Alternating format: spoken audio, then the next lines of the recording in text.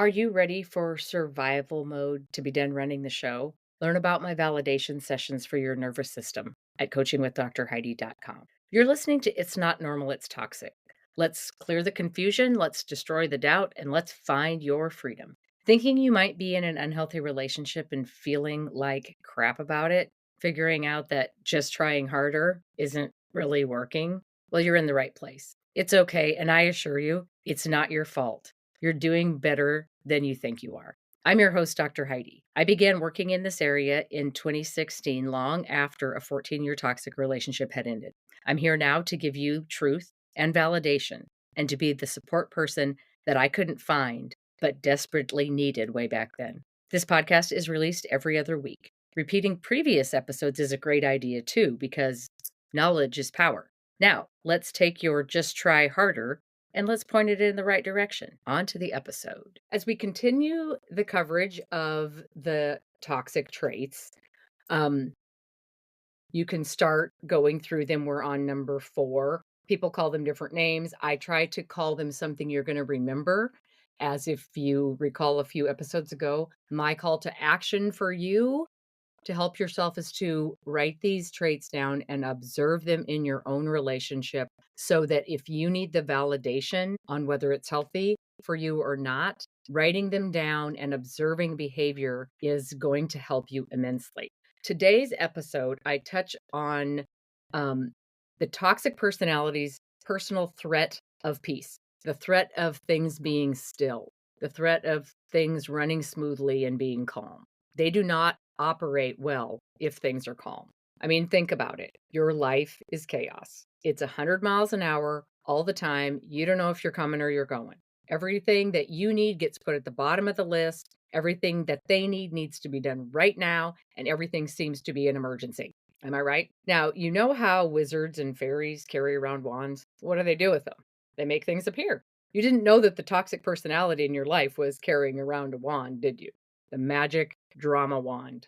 They can make drama appear out of thin air. So today we're looking at why these personalities seem incapable of simple, sustained peace. Because you crave a calm, quiet, peaceful life. Yet it feels like they consistently introduce problems, arguments, or escalating emergencies or events. You see, for them, calm is the enemy. For after all, when things are calm, there is no reason for other people's attention to be on them. They won't be the center of things if everything in the household is calm or everything in the relationship is calm. One of the 4 main things that I teach that they need in their lives in order to feel secure in themselves is the attention of others. Now, they don't care if it's positive or negative, only that they have the attention. A stable, quiet, peaceful environment forces them to do the one thing that their system is not designed to do. The one thing that they are designed to avoid is to look inward for their needs. They only feel secure when they're controlling the people in their environment,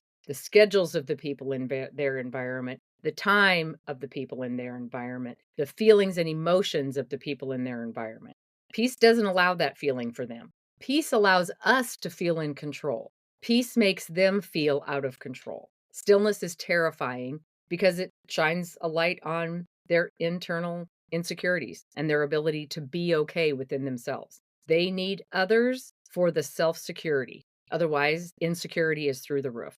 Chaos is used as a survival tool for them. It is a powerful external distraction that will ensure focus is always out there. Focus is not on their behaviors or their mistreatment or things they've done wrong or things they're not good at or their insecurities.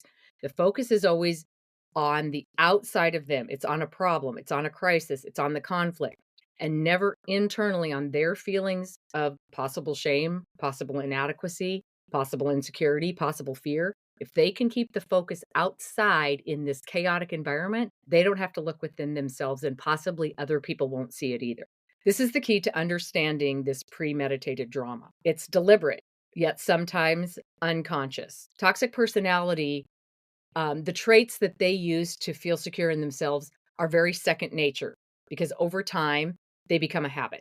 So that's why I say it's deliberately, yet sometimes unconscious strategy to shift to focus away from things that would make them feel worse. They may escalate small issues.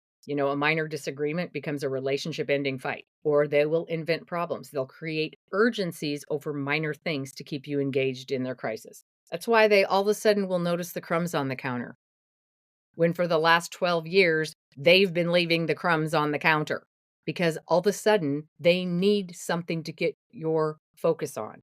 They might introduce an outside element, bring in a third party or a past grievance to stir up the pot. Why?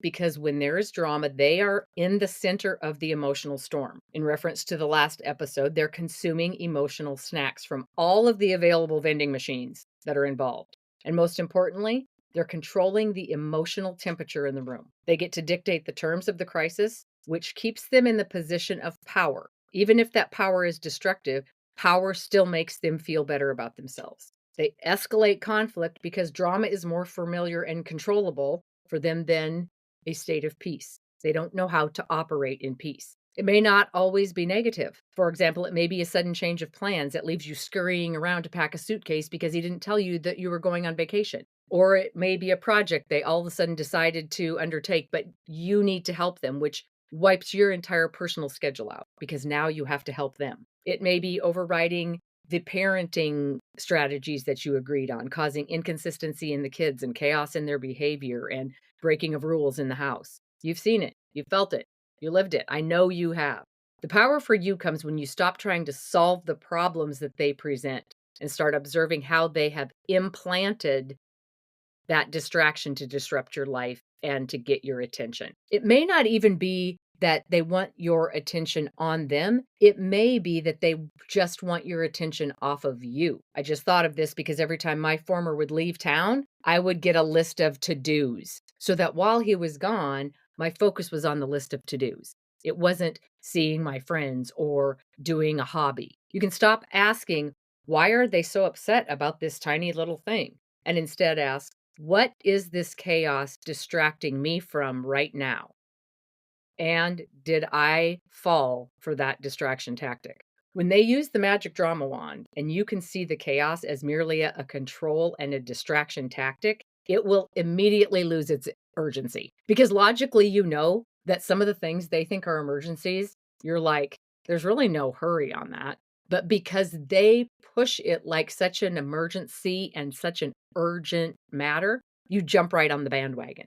You realize this argument is not about the topic. It's about the need for a storm. Your path to freedom is to refuse to be the eye of that storm. You must choose your own stability. Choose when you have peace and choose when you'll engage in the drama. Their comfort is chaos. Your comfort is peace. They know this. If they can disrupt your peace with their chaos, they've got exactly what they want. Once you understand they can make it appear out of nowhere, you can then choose to gain the power and disengage from their drama. You are in control of yourself. Just because they want drama does not mean that you have to be a part of it. Protect your peace at all costs. If you're finding that your body feels like it's always on high alert, if you can't control the intensity of your reactions and feel stuck in constant fear, that's your nervous system responding to danger.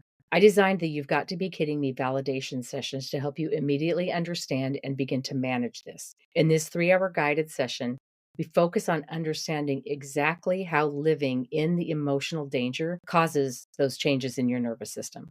We'll find some practical tools that work for you to help you regain control over your own emotions and maintain your peace on a day-to-day basis while you plan your future. Stop letting the chaos control you. Book a You've Got to Be Kidding Me validation session today at coachingwithdrheidi.com.